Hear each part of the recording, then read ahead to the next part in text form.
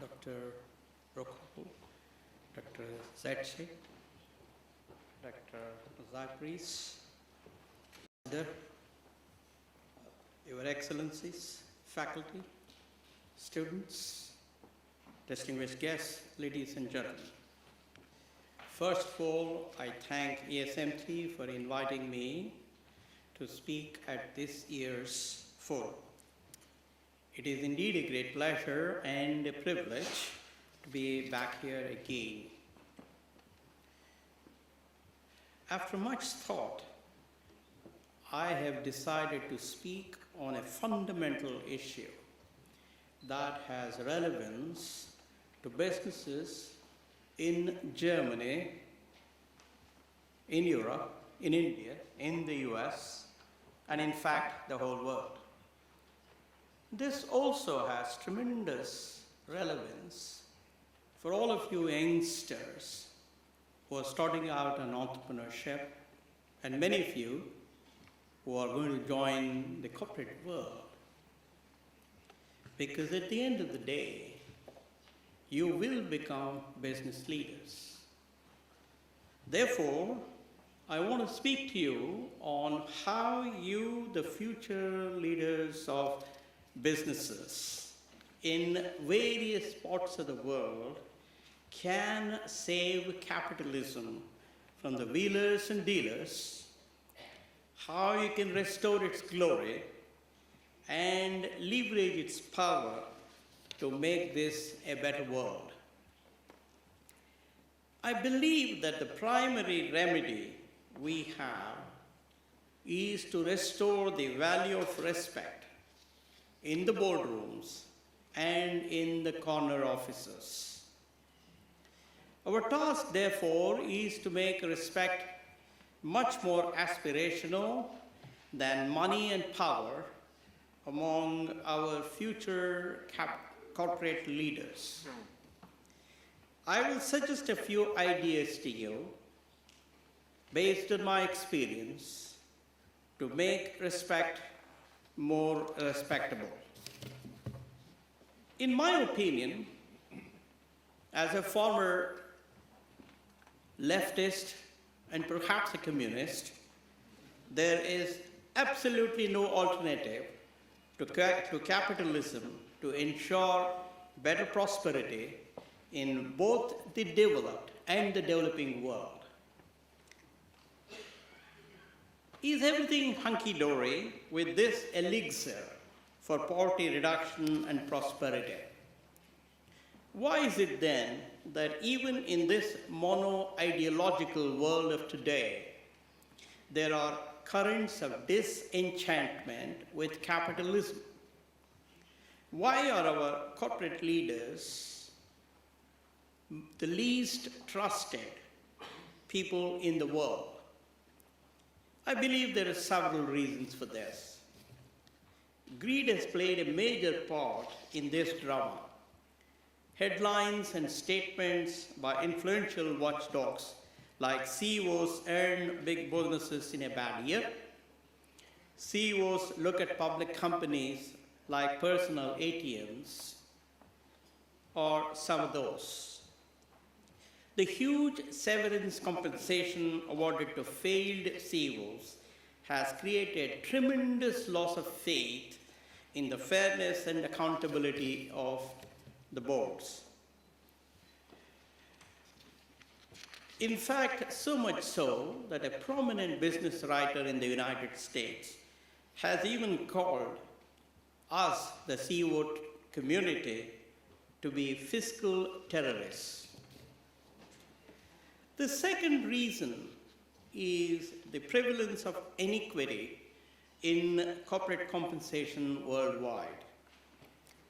As most of you youngsters know, the average pay of CEOs in the United States was estimated to be about 840 times that of the average pay of a worker in 2013. This is by Equilar, this is not my data. In other words, CEOs earn in a day what an average worker earned in 2 years. Therefore, You, the future business leaders, you, the entrepreneurs, you, the corporate managers, have to believe and act according to the words of my friend John Huntsman, the former chair of the Board of Overseers at Wharton, that winners never cheat and that decent, honorable people finish races and their lives in grand style and with respect. Whenever I have doubt about any action I have to take, I go back to his wonderful book, Winners Never Cheat. I suggest that every one of you buy this wonderful book and use it in your moments of dilemma. Since all of you are destined to become leaders, whether you become entrepreneur or whether you become managers, I will suggest a few simple ideas that I have used to enhance your desire for respect and urge you to give them your serious consideration. First, create a good culture around you. To me, decent behavior stems from an environment of good culture surrounding a person. What is culture? Culture is about things that bring you joy and sorrow.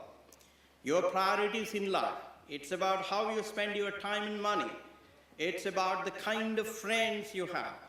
And it's about the issues that excite you. In essence, culture is how I behave when I know nobody is watching me. Hence, it is important to create a culture of openness, fairness, honesty, decency, transparency, and accountability in your companies. Such a culture is likely to discourage greed, fraud, and misdemeanor. Creating such a culture requires that you lead by example. This task, therefore, my young friends, has to start right from day one, that is today, and it cannot wait till you become the chief executive officer or chairman of the board. Second, cultivate simple and inexpensive habits. Third, do not equate success with money and power. Today, success in corporate circles is most often equated with money and power, at least in the United States. This is also a key reason for corporate leaders to become greedy. The real success is not about money or power. What is success? To me, success is about lighting the eyes of people and bringing a smile onto their face when you enter a room. They smile not because you're powerful, not because you're rich, but because they know that you care for them. Let's remember the words of William Fulbright, who once said, and I quote him, "It's not our affluence or our plumbing or our clogged freeways that grip the imagination of other nations." He was talking about America. Rather, it is the values upon which our system is built. The fourth one, create an environment of happiness around you. A happy leader has a circle of supportive family and friends. They share in your joy, they cheer you in your marathon, they applaud you on your success, and commiserate with you in your sorrow. Building such a circle requires lots of emotional investment. Fifth, don't get fixated on extreme desire. Desire is the root cause of all sorrow, Gautam Buddha said. While it is natural to have normal urges in life, extreme fixation with possession of material things is what leads to greed. It is such fixation that leads us to fraud and acts that we would perhaps later regret. Sixth, shun jealousy. Jealousy is in essence another form of greed. Jealousy is a rationalization of your failure vis-a-vis another person's achievement. Jealousy burns your own stomach and will not affect the other person.